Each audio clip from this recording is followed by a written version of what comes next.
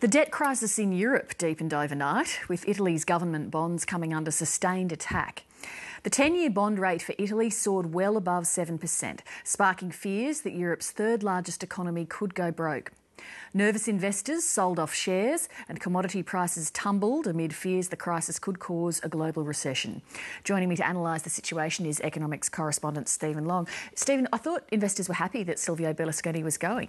Well, they were, Lee, but very, very swiftly the Berlusconi bounce was replaced by the Bunga Bunga bond bloodbath.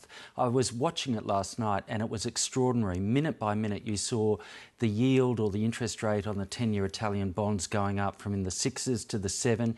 It peaked at about 7.5% and the rise was just so rapid, combined with a fall in shares, tumbling commodity prices, and there's also been contagion to French bonds, which have risen to record highs, and tonight it was happening again, sustained high Italian yields, rising French bonds, falling markets. So why is that 7% plus rate on the Italian bonds such a worry? It'll send Italy broke.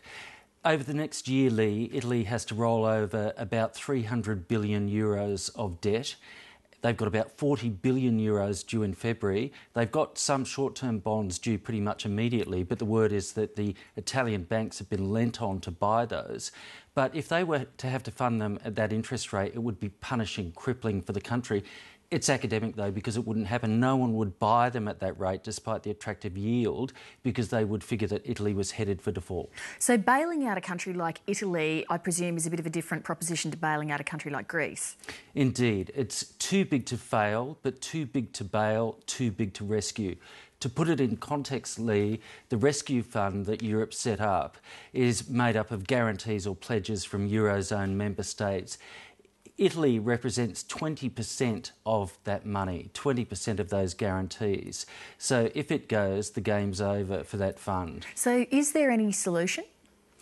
There's not really an easy solution, but there are potential things that could be done. The most obvious is that the European Central Bank could step in, guarantee all the states in the Eurozone and say it will buy their bonds.